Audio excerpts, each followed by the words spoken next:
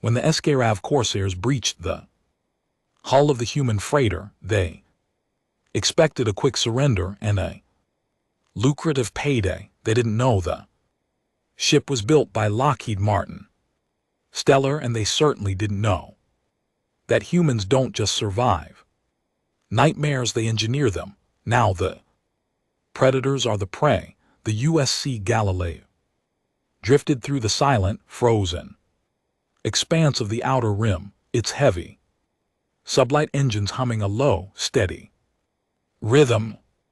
Registered to Fargo Orbital, a subsidiary of the massive Earth-based logistics conglomerate, the freighter was a brutalist piece of engineering. It lacked the elegant, sweeping curves of standard galactic vessels, resembling instead a massive rectangular block of tungsten and composite titanium. It was built for one purpose: moving heavy, dangerous cargo across hostile space. Captain Peyton Miller sat in the command chair, a lukewarm cup of synthetic coffee in his hand, watching the proximity sensors flare red. "Captain," said Dominic Harper, the ship's chief engineer, his fingers flying across his tactile analog keyboard, "we have a vessel approaching fast. Thermal signatures indicate plasma drives. It's a HFY corsair ship. They've painted us with targeting lasers." Peyton didn't flinch. He set his coffee mug into the magnetic holder and leaned forward, his gray eyes locked on the primary monitor. "Broadcast the standard Fargo orbital distress signal, Dominic. Let them know we are an unarmed commercial vessel carrying industrial equipment. They're ignoring the hail." Abigail Foster, the ship's tactical and cargo specialist, reported from the port console. "They are matching our velocity.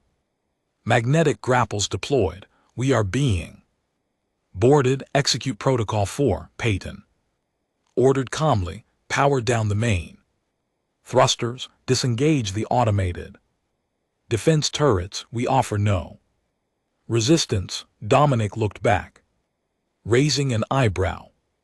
"You sure about this, Cap? We have enough point defense kinetic cannons to shred their boarding tube and violate our insurance policy with Lloyd's of London Interstellar."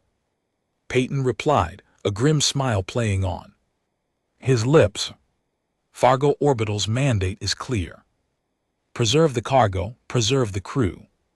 The Scrav rely on speed and shock value. If we don't fight, they won't shoot. We let them board, we let them take the bridge, and we wait." A shudder violently rocked the USC Galileo as the corsair ship clamped onto the human freighter's hull. The terrifying hiss of plasma cutters eating through the outer airlock echoed through the ship's corridors. The Scrav were a notorious species in the sector. Tall chitin-plated bipeds with a predatory insectoid lineage, they possessed 4 arms, compound eyes, and a reputation for extreme violence. To them, humanity was a newly discovered, soft-skinned mammalian species that had barely clawed its way out of its own solar system. Soft, weak, perfect prey. The bridge doors blew open with a deafening bang. Plumes of gray smoke rolled into the room, followed immediately by 6 Scrav warriors. They wielded high-yield plasma rifles, their mandibles clicking rapidly in their native tongue. Leading them was Captain Growl, a towering specimen. His race, his dark purple chitin scarred from dozens of boarding actions. He stepped onto the bridge, his dual primary eyes locking onto Peyton. Alien translator collar around Growl's neck buzzed, emitting a synthetic, metallic voice. "You will not move, Terran. This vessel and its cargo now belong to the Scrav Syndicate. Any sudden movements will result in your Immediate vaporization. Peyton slowly raised his hands, keeping his palms open and visible. Beside him, Dominic and Abigail did the same. "We are unarmed," Peyton said, his voice steady and measured. "I am Captain Peyton Miller of the USC Galileo. We surrender the ship. There is no need for violence." Growl let out a clicking, hissing laugh that sounded like dry leaves being crushed. "Sensible mammal, your species is notoriously fragile. Bind them," he ordered. Crew, 2 Skrav warriors lunged forward. Roughly grabbing the humans, they slapped heavy magnetic restraints onto their wrists. The aliens were fast, their movements twitchy and erratic, operating on a high metabolism nervous system that made them lethal in short bursts. They shoved Peyton, Dominic, and Abigail toward the lift. "Take them to the lower cargo hold. Lock them in," Growl barked. "I want full control of this ship's systems within the hour." "We jump to the Syndicate outpost as soon as the nav computer is ours." As Peyton was shoved into the elevator, his snorts caught Dominic's eye. The engineer gave a microscopic, almost imperceptible nod. The humans were marched down into the bowels of the USC Galileo, deep into the heavy reinforced containment sectors built by Boston Dynamics Stellar Division. The Skrav shoved them into a bleak tungsten-lined storage unit and slammed the heavy blast door shut. The magnetic locks engaged with a heavy final thud. Back on the bridge, Growl settled into the captain's chair. It was incredibly uncomfortable. The cushion was too dense, and the physical dimensions of the console were built for a species with entirely different joint articulations. But Growl didn't care. He had just secured a massive human freighter without firing a single shot. "Sir," one of his technicians hissed, its 4 hands trying to navigate the human computer terminal. "The operating system is primitive. It is not using standard galactic light logic. It is built on rigid binary code, and there are physical analog switches for everything. Bypass it," Growl demanded. "Hook your personal data pad into the primary interface and override the life support navigation. We don't need to understand their primitive machines. We just need to fly the ship." And GT, "Yes, Captain."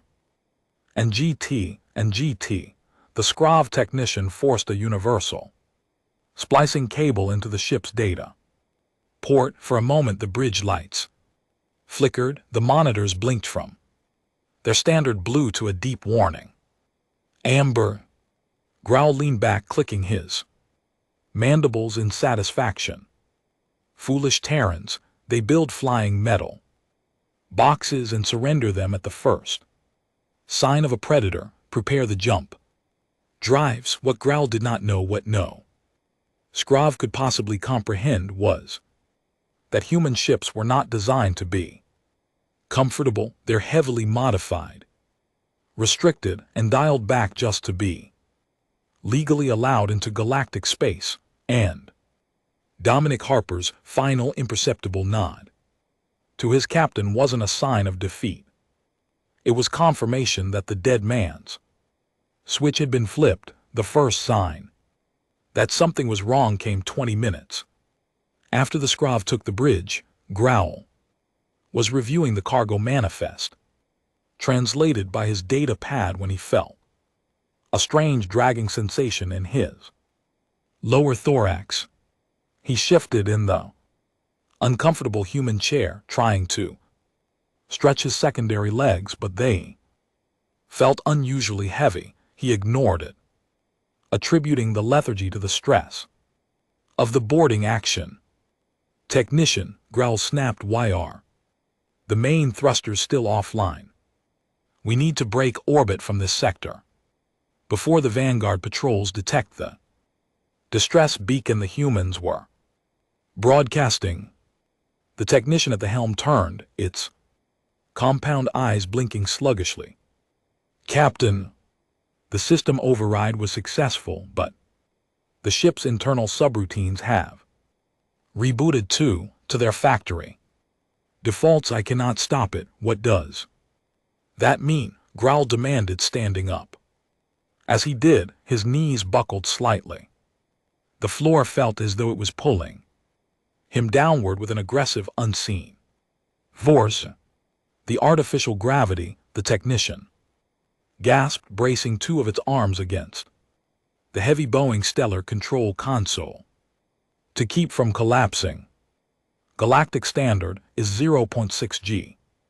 The humans, they had dampeners engaged to keep it there. When I bypassed the mainframe, the dampeners went offline. The ship is reverting to Terran standard gravity, which is what? Growl hissed, his breathing growing labored. And GT snorts.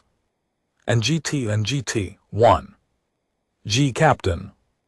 Almost double the galactic standard. Growl's mandibles clicked in shock. Double the gravity? How could they?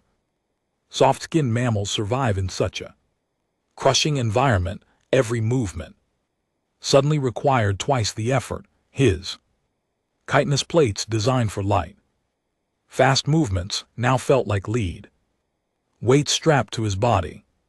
His heart rate spiked as his body struggled to pump hemolymph through his system against the relentless downward pull.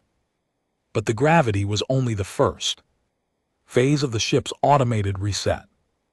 Down in the pitch-black cargo hold, Peyton Miller sat perfectly still, listening to the hum of the ship. The magnetic restraints bound his hands behind his back, but he was entirely at ease. You feel that? Abigail whispered from the darkness. Yeah, Dominic replied, a grin evident in his voice. The grav plating just cycled up to Earth. Normal. My bypass worked. The scrap technician must have hard rebooted the system, trying to lock us out. Galileo is currently scrubbing all foreign user inputs and returning to home world parameters. How long until the environmental scrubbers cycle? Peyton asked. Give it 5 minutes, Cap. Dominic said. Galactic standard atmosphere is heavily regulated, mostly nitrogen, traces of argon, and about 12% oxygen. Anything higher is considered a severe fire hazard and highly toxic to most species in the sector. An Earth standard? Abigail asked, though she already knew the answer. 21% oxygen, Dominic said. To a Scrav, breathing our air is like inhaling vaporized bleach. Their lungs aren't built for that kind of aggressive oxidizer. Give it a few minutes, and they are going to feel like they are burning from the inside out. Back on the bridge, panic was beginning to take root. A loud mechanical clunk echoed through the ventilation shafts, followed by the deep roar of the heavy-duty industrial fans kicking into overdrive. The air pouring out of the vents suddenly smelled sharp, metallic, and incredibly dense. One of the Scrav guards standing by the blast doors suddenly dropped its plasma rifle. The heavy weapon hit the deck. With a loud crash, the guard clutched its thorax, its respiratory spiracles flaring wildly. It let out a high-pitched wet shriek and collapsed to its knees, violently coughing up a viscous blue fluid. What is happening to him? Growl shouted, though his own voice sounded weak. His throat was burning. Every breath he took felt like he was inhaling fire. The air itself tasted aggressive, biting into the delicate membranes of his respiratory system. Captain, the technician cried out, its voice barely a whisper now. The life Support the air mixture it's flooding. With oxygen, it's at 18% and climbing. It is toxic, we are suffocating in it. Turn it off, Growl roared, stumbling forward, the sheer effort of walking under 1G gravity, combined with the hyperoxygenated air, sent a wave of agonizing cramps through his legs. He collapsed against the communication terminal, his claws scrabbling against the metal. I cannot, the technician wheezed, falling to the floor entirely. The analog switches, they are manually locked out. The ship's AI considers our biological signature a contaminant. It is flushing the atmosphere to sanitize the vessel. For its Terran crew, Growl's compound, eyes wide with terror, this wasn't a freighter, it was a death trap. A floating pressure cooker filled with poison gas. How did the Terrans live like this? Their homeworld must be a hellscape of crushing gravity and corrosive air. Get up! Growl ordered his men, his voice trembling. Get up, we must go down to the hold. We will force the Terran captain to reverse this. Drag him to the bridge if you have to. The remaining 4 Skrav warriors, trembling and exhausted, picked up their heavy rifles. They moved like the elderly, dragging their feet, their chests heaving in agony. The apex predators of the sector had been reduced to struggling, grasping wrecks in less than half an hour, simply by existing in a human environment. Growl led them to the lift, his mind racing. He would torture the humans, he would burn them piece by piece until they fixed the ship. He punched the button for the lower decks. But as the lift descended, Growl felt a creeping instinctual dread. They were descending into the dark, into the high-gravity, hyperoxygenated abyss where the demons lived. The lift doors scraped open on the subdeck. The air down here was even thicker, heavy with the smell of machine oil, ozone, and pure concentrated oxygen. Growl and his 4 warriors stumbled out, their breathing ragged, wet, and desperate. Every step echoed loudly on the metal grating. They approached the reinforced door of the holding cell. Growl drew his personal plasma sidearm, his hand shaking violently from muscle fatigue. Open it, Growl wheezed to his lieutenant. The lieutenant fumbled with the control pad, overriding the magnetic lock. The heavy blast door slid open with a pneumatic hiss. Growl raised his weapon, ready to scream his demands, ready to execute one of the crew to make a point. But the cell was completely dark. Bring them out, Growl commanded, stepping back. 2 of the Skrav warriors staggered into the pitch-black room. There was a moment of dead silence. Then a sickening crack echoed out, followed by the sound of something heavy hitting the floor. Varn, Growl called out, his voice cracking. Varn, report. A shape moved in the darkness. It was fast, horrifyingly fast. Under 10G. The Skrav moved as if submerged in deep mud, fighting gravity and toxic air. But the humans were in their element. A hand shot out of the darkness, a pale 5-fingered mammalian hand. It grabbed the second Skrav warrior by the throat. There was no struggle, no grand fight.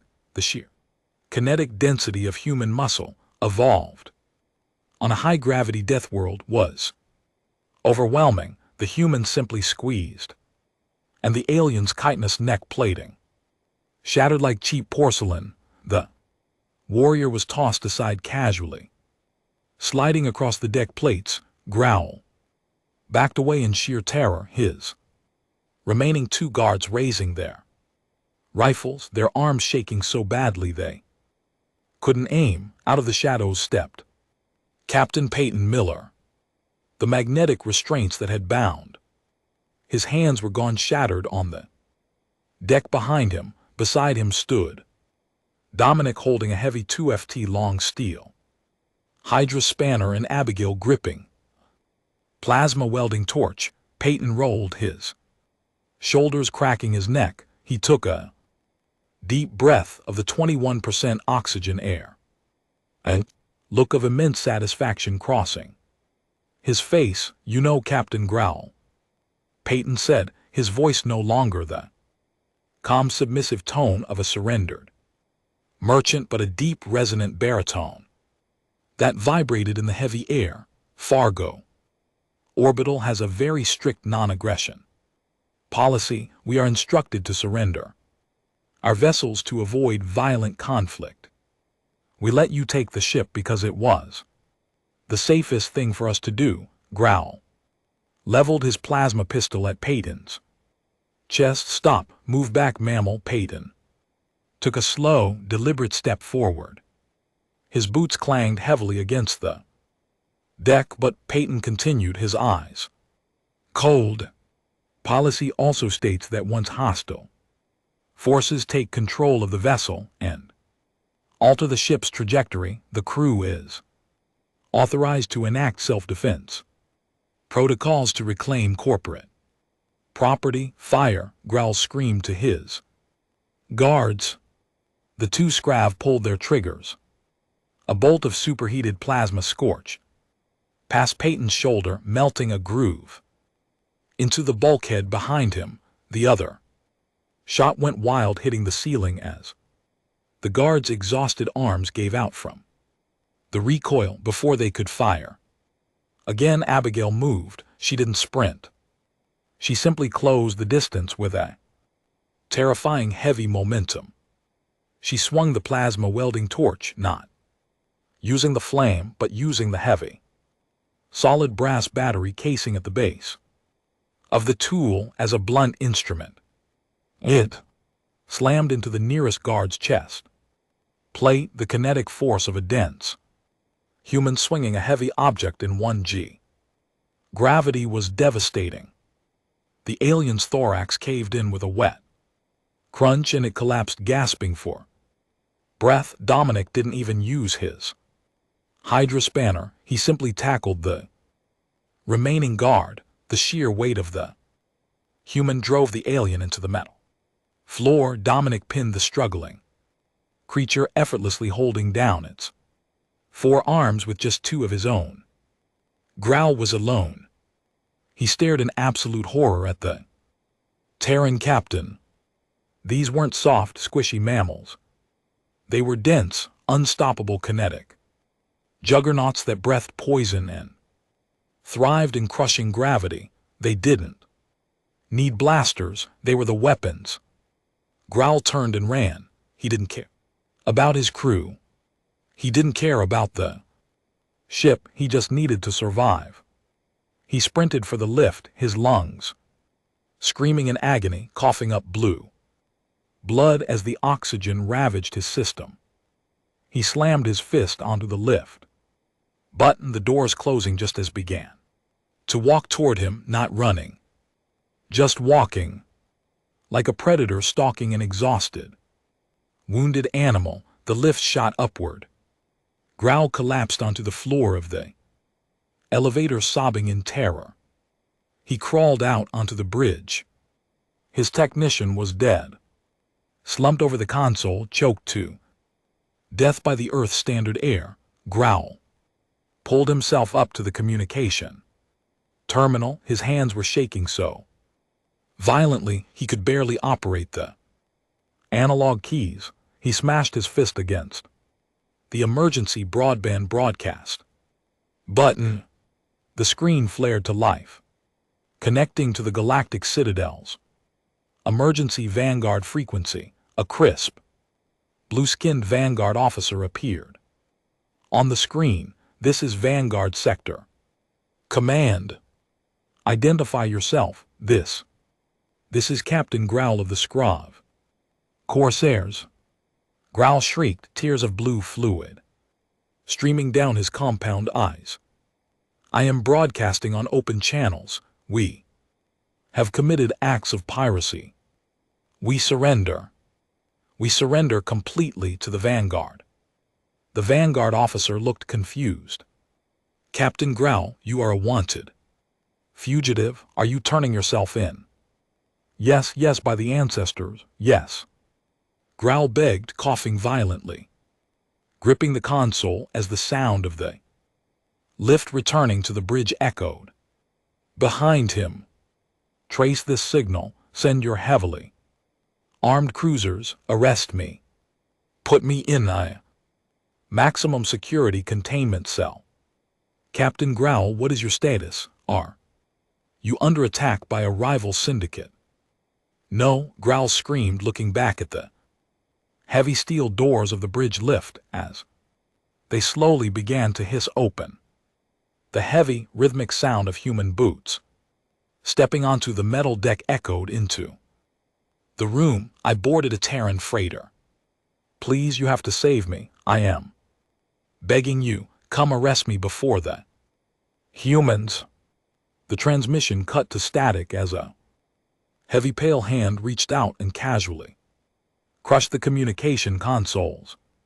Power feed. Peyton Miller looked down at the weeping alien pirate, his expression entirely devoid of pity. Fargo Orbital.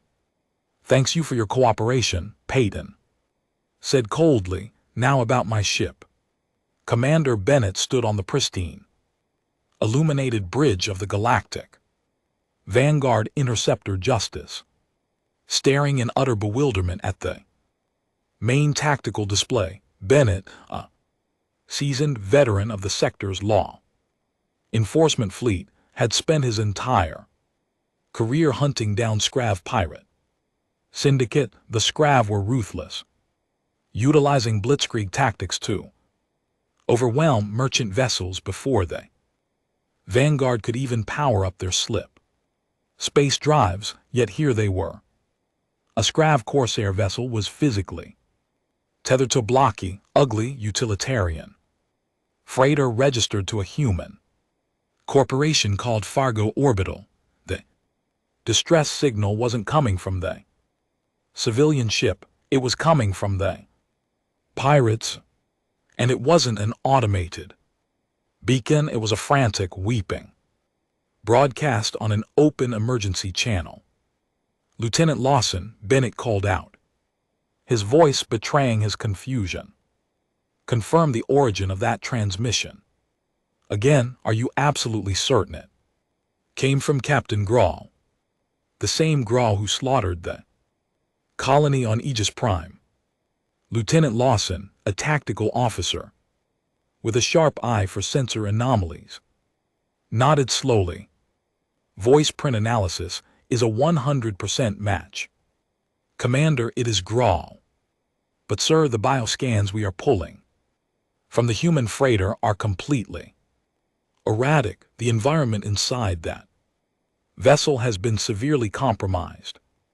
Did the Scrav deploy biochemical weapons? Bennett asked, his jaw tightening. If the pirates were using gas on a civilian crew, standard rules of engagement dictated lethal force. No, sir, Lawson replied, her fingers dancing across the terminal. The internal atmosphere of the freighter has been flooded with 21% oxygen. There are also high levels of nitrogen. Furthermore, the ship's artificial gravity is currently operating at 1g. The atmospheric density is off the charts. Bennett blinked. That's not a breached hull, that's a Class 4 death. World environment, the ship is simulating a toxic high-gravity biome. Did the environmental systems malfunction during the boarding? According to the ship's transponder data, Lawson said, squinting at the screen, that is the standard baseline environment for Terran vessels. Humans call it Earth normal. They intentionally live in those conditions. A heavy silence fell over the bridge of the Justice. Bennett had heard the rumors about the newly discovered Terran species, they hailed from a notoriously hostile system. In the Orion Cygnus arm, a place where extreme gravity and corrosive atmospheric conditions were standard, but experiencing it secondhand via tactical telemetry was something entirely different. Prepare a boarding party, Bennett ordered. Issue heavy environmental hazard suits to all personnel. Maximum gravity dampeners on our boots. And triple filter the rebreathers. If we step onto that ship unprotected, our lungs will blister and we won't be able to lift our own weapons. Let's find out what happened to Growl. 20 minutes later, the Vanguard boarding shuttle clamped onto the human freighter's secondary airlock. Bennett and a squad of 6 heavily armed officers encased in bulky pressurized hazard suits stepped into the USC Galileo. The moment they crossed the threshold, Bennett felt the oppressive weight of the Terran gravity, even with the mechanical dampeners in his suit assisting his movements. Every step felt like walking through waist-deep water. The ambient hum of the ship's massive General Electric fusion engines vibrated through the floor plates, a deep, aggressive rumble that rattled his teeth. Guns up, check your corners, Bennett ordered over the secure comms line. They moved methodically down the stark, tungsten-lined corridors. The ship lacked any aesthetic appeal. It was a pure, unadulterated marvel of industrial brutalism. Exposed pipes, thick bundles of wiring, and heavy steel bulkheads painted a picture of a species that valued survival and function over comfort. As they approached the main cargo bay, they found the first signs of conflict. A Skrav plasma rifle discarded on the metal grating. A few feet away, a patch of blue hemolymph was splattered against the wall. Movement ahead, the main bridge. Lawson reported, tracking the thermal signatures on her wrist-mounted scanner. Bennett signaled for a breach. The Vanguard officers stacked up by the bridge doors. With a swift, coordinated motion, they bypassed the manual release and shoved the heavy doors open. Their plasma carbines raised and ready. Galactic Vanguard, drop your weapons and secure your hands, Bennett barked through the external speakers of his hazard suit. What Bennett expected was a hostage situation. What he saw defied all tactical logic.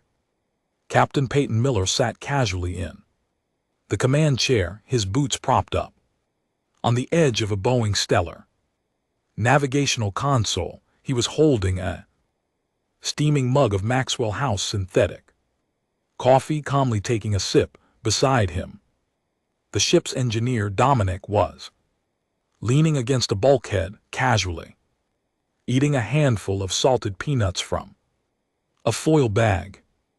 Abigail, the tactical officer, was tapping away at her data pad, cross-referencing a cargo manifest, but it was the corner of the bridge that drew Bennett's immediate attention.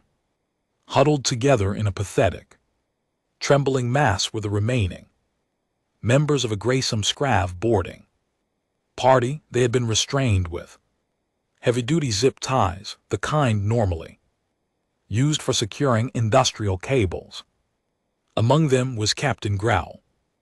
The imposing, four-armed pirate warlord was curled into a fetal position. He was hyperventilating, his compound eyes darting wildly, a look of profound, shattered terror etched across his chitinous face. When Growl saw the Vanguard officers in their heavy hazard suits, he didn't try to flee, he didn't curse them. Instead, he let out a garbled shriek of absolute joy and violently threw himself toward Bennett's boots, squirming across the floor like a desperate insect. Take Me, Grawl sobbed, coughing violently as the hyperoxygenated air assaulted his lungs. Please put me in the heavy isolation wards. Chain me to a wall in the deepest asteroid prison you have. Just get me off this cursed metal box. They are monsters. They don't use weapons, Commander. They just squeeze you until you break. Bennett stared down at the weeping pirate, completely stunned. He slowly lowered his carbine and looked back up at the humans. Peyton took another slow sip of his coffee, lowered his legs from the console, and offered a polite professional smile. Commander Bennett, I presume. Captain Peyton Miller, USC Galileo. We're very glad you're here. Fargo orbital protocol requires us to hand over all hostile trespassers to local authorities to avoid complicating our insurance claims with Lloyd's of London. Captain Miller. Bennett started, his voice wavering slightly. He looked at the shattered pirate crew, then at the entirely unharmed humans. What exactly happened here? They boarded us, Dominic chimed in, tossing another peanut into his mouth. We surrendered gracefully, then they tried to hack the mainframe to steal the ship. They tripped a hard reset protocol, which turned off their illegal environmental overrides and restored the ship to its factory settings. Earth normal. They spent 30 minutes in our air and gravity, Abigail added, not even looking up from her data pad. Then they tried to shoot us when we told them they were violating corporate property rights, so we had to subdue them using standard hand-to-hand occupational hazard techniques. Occupational hazard techniques, Bennett repeated, incredulous. You decimated an elite pirate boarding party with your bare hands and a hydro spanner, Dominic corrected helpfully, but mostly just the hands. It turns out their exoskeletons are extremely brittle under 10G. They crack like dry twigs, Grawl wailed in the background, a pathetic high-pitched, keening sound. He threw Varn across the room. He just picked him up and threw him. They breathe poison and their bones are made of iron. Arrest me. I confess to 100 counts of piracy. Just arrest me. Bennett sighed, his tactical visor fogging slightly from his own sweat. He looked at his heavily armed squad, all of whom were staring at the humans with a newfound profound sense of dread. Lieutenant Lawson, Bennett said wearily, take the prisoners into custody, get them into our environmental containment pods before they suffocate. He turned back to Peyton. Captain Miller, I am going to need you to power down your engines. We have a lot of paperwork to go through. The debriefing took place aboard the Vanguard Interceptor Justice, safely away from the crushing gravity of the human freighter. Captain Peyton Miller sat across a sleek holographic interrogation table from Commander Bennett. Unlike the Scrav, who were currently residing in the medical bay, recovering from severe oxygen toxicity and blunt force trauma, Peyton looked perfectly relaxed. Let me make sure I understand this perfectly, Captain Miller, Bennett said, pinching the bridge of his nose. He had been reviewing the legal and tactical reports for 3 hours and his head was throbbing. You are an unarmed commercial freighter. You carry no kinetic torpedoes, no plasma batteries, and no military grade shielding. That is correct, Commander. Peyton replied calmly. Fargo orbital logistics vessels are strictly civilian. Weapons are a liability and increase our transit tariffs at major hyperspace relays. Yet, Bennett continued, bringing up a holographic image of the Galileo's cargo manifest. Your ship is constructed with hull plating thick, enough to withstand a direct hit from a Class A dreadnought. Your engines, built by a company called General Electric, generate enough thrust to tear a standard frigate half, and your internal atmospheric processors can flood the ship with a lethal oxidizer in less than 4 minutes. Earth. Normal atmosphere, Commander. It's what we breathe. And the gravity, Bennett said, leaning forward.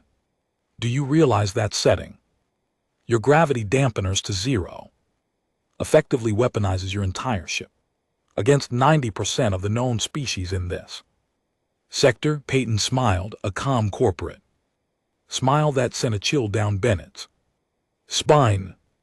Commander, human beings evolved on a planet with a gravity well of 9.8 ms squared. We require that gravity to maintain our bone density and cardiovascular health on long voyages. The fact that the Scrav find our natural habitat lethal is a biological tragedy. Certainly, but it is not a weapon. It is an OSHA-compliant standard. OSHA. Occupational Safety and Health Administration, Peyton explained. A Terran regulatory body. If I don't provide my crew with adequate gravity and oxygen, I get fined by the corporation. Bennett stared at the human. He tried to reconcile the polite, well-spoken merchant sitting in front of him with the apex predator that had effortlessly dismantled a Scrav warlord's crew. Captain Growl gave a full statement. Bennett said quietly, he claims your tactical officer crushed his lieutenant's thorax with a heavy construction tool. He claims your engineer pinned down a fully grown Scrav warrior using only his body weight. Growl is currently undergoing psychological evaluation because every time someone mentions the word Terran, he starts screaming, as I stated in my report. Peyton replied, pulling a neat stack of physical paper documents from his jacket, a bizarre human tradition of record keeping. We acted purely in self-defense. The Scrav initiated hostile actions. We utilized the tools at hand.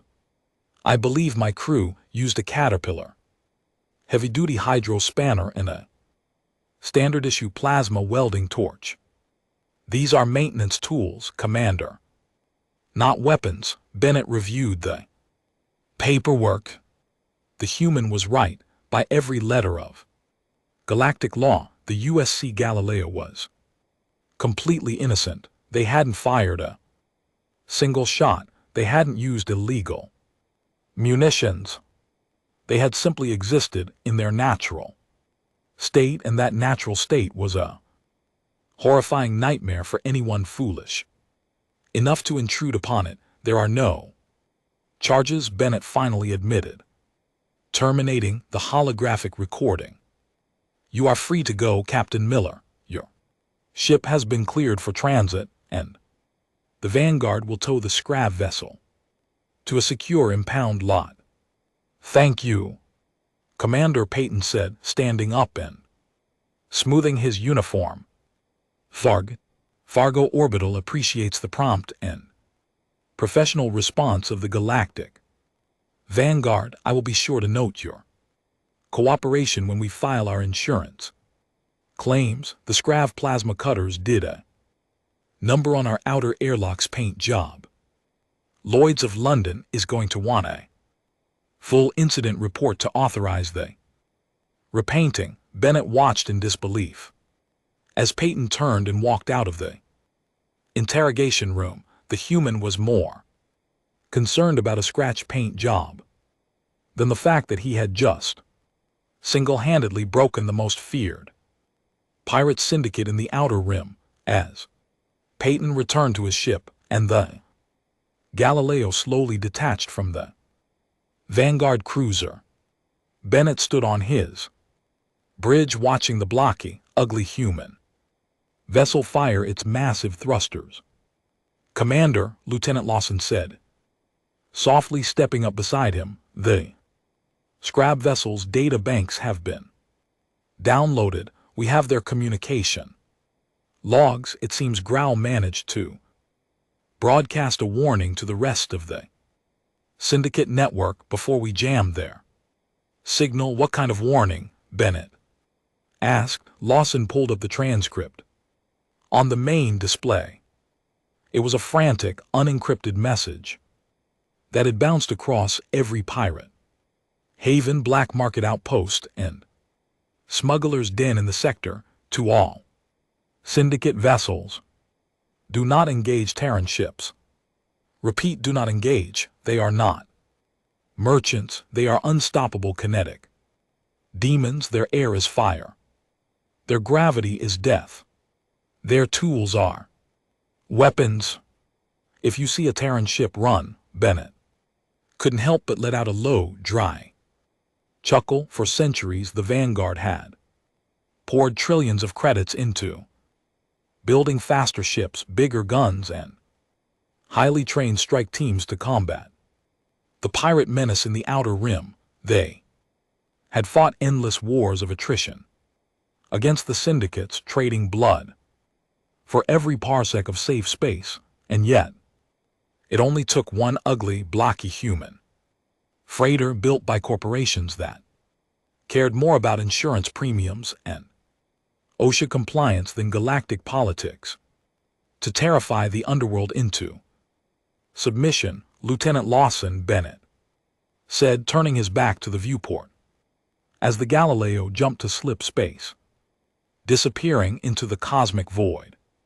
"Yes, Commander. Update the Vanguard patrol mandates for the Outer Rim. I want all active interceptor wings to stand down on escorts for Terran commercial vessels. They don't need our protection." Lawson nodded, a faint smile touching her lips. "Understood, sir. Shall I classify them as low-risk targets?" "No," Bennett replied, his eyes reflecting the blue glow of the tactical map. "Classify them as Class 4 environmental hazards, and let the pirates know if they decide to board a human ship again. The Vanguard won't be coming to rescue them out in the deep, cold expanse of the galaxy." The USC Galileo hummed along its designated trade route. In the cargo hold, millions of tons of industrial equipment sat secured in the dark. On the bridge, Dominic put his feet up on the console. Abigail returned to her data pad, and Captain Peyton Miller poured himself another cup of Maxwell House coffee. It was just another quiet Tuesday for Fargo Orbital. The galaxy was finally learning what humanity had known for centuries: if you pick a fight with the heavy machinery, you are going to get crushed. Did this tale of human engineering and crushing gravity leave you wanting more HFY action?